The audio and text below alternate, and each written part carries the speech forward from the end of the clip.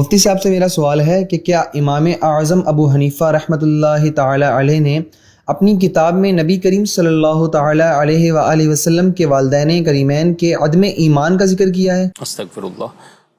امام اعظم علیہ رحمہ کے حوالے سے یہ سوال ہے، اور آپ نے کافی تفصیلی سے اس پہ گفتگو بھی کی ہوئی ہے۔ اس پر تفصیل کے ساتھ کلپ موجود ہے۔ امام اعظم ابو حنیفہ رحمۃ اللہ تعالی علیہ کی طرف یہ بات غلط منسوب ہے۔ الفقہ الاکبر آپ کی کتاب ہے، رسالہ ہے عقائد کے اوپر، اس میں ایک جملہ یہ شامل کیا گیا، ورنہ اس کے جو پرانے ترین نسخے ہیں اور قدیم سے علماء، یہ آج کا نہیں، قدیم سے علماء نے اس پر تنبیہ کی ہوئی ہے۔ علامہ طحطاوی رحمۃ اللہ تعالی علیہ جو مشہور عالم دین ہیں احناف کے، اور ان کی در مختار کے اوپر شرح موجود ہے، حاشیۃ طحطاوی کے نام سے حاشیہ موجود ہے ان کا، تو انہوں نے اس بات کو تفصیل سے بیان کیا کہ اس کے جو قدیم نسخے ہیں فقہ الاکبر کے، تو اس میں یہ عبارت موجود نہیں ہے کہ مات علی الکفر، نبی پاک صلی اللہ علیہ وسلم کے والدین نعوذ باللہ کفر پر انتقال کر گئے، ایسا نہیں ہے، نمبر ایک۔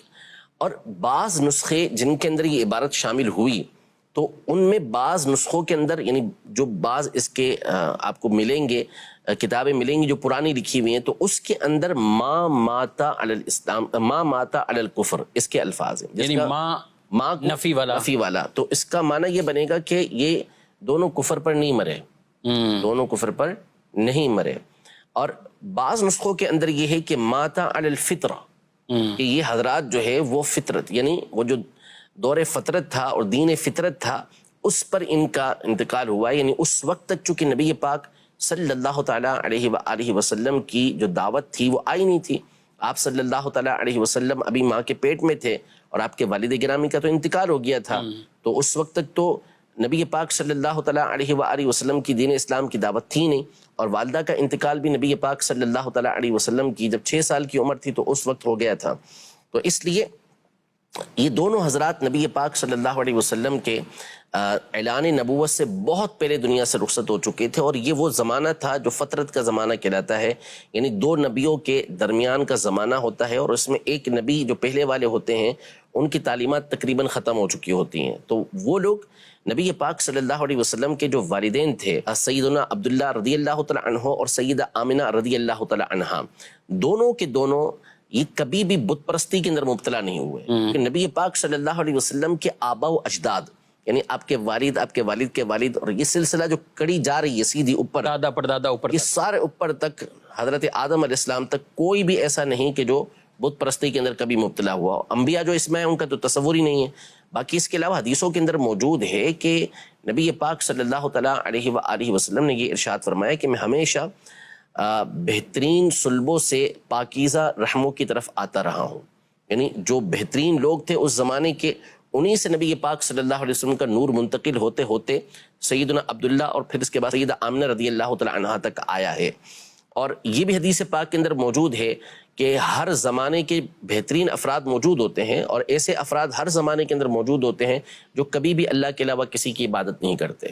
اس کا مطلب یہ ہوا کہ نبی پاک صلی اللہ علیہ وسلم کے آبا و اجداد یہ بہترین لوگ تھے، اور بہترین لوگ اس دور کے وہ ہوتے ہیں کہ جو اللہ تبارک و تعالیٰ کی عبادت کے علاوہ کسی اور کی عبادت نہیں کرتے۔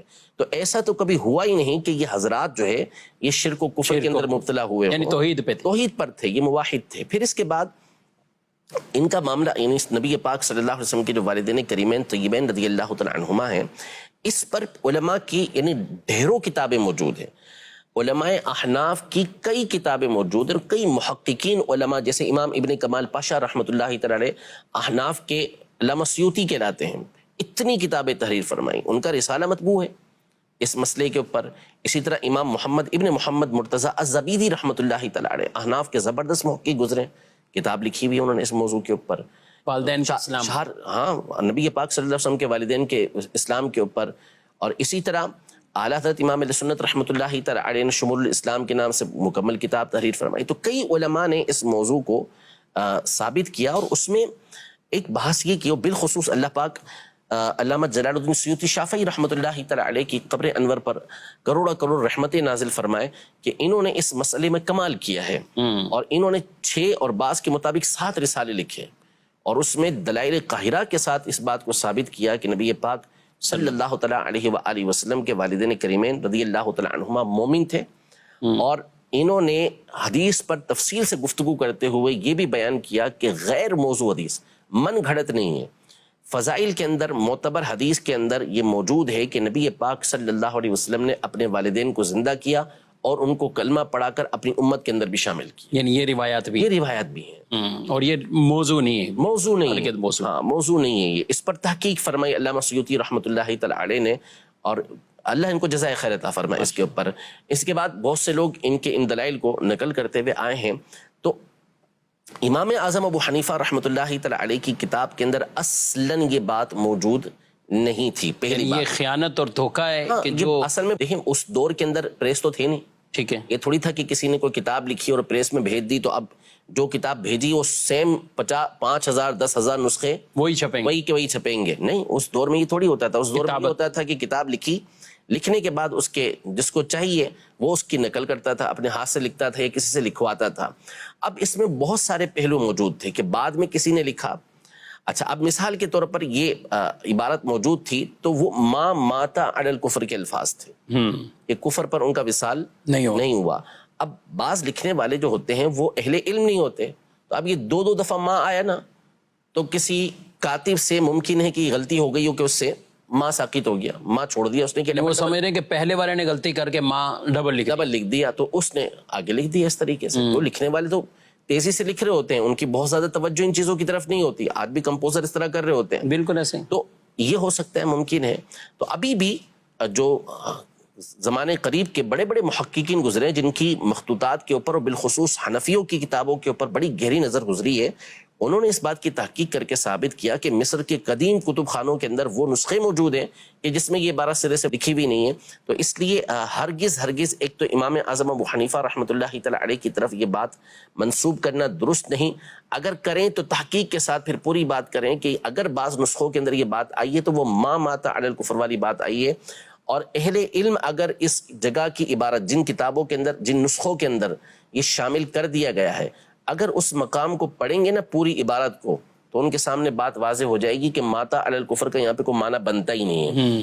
لیکن وہ پڑھنے سے تعلق رکھتا ہے. جو پڑھے گا اور آگے پیچھے کی عبارت کو ملا کے دیکھے گا تو اس کے بعد سامنے بات ظاہر ہو جائے گی کہ یہاں اگر ہونا بھی چاہیے تو ما ماتا علی الکفر ہونا چاہیے کہ کفر پر ان کا انتقال نہیں ہوا. تو اس لیے یعنی کوئی بھی اہل علم کم از کم عربی کی شدت رکھتا ہو تو وہ جملوں سے یہ ترتیب یہ ما ماتا ہی ہونا چاہیے. بالکل.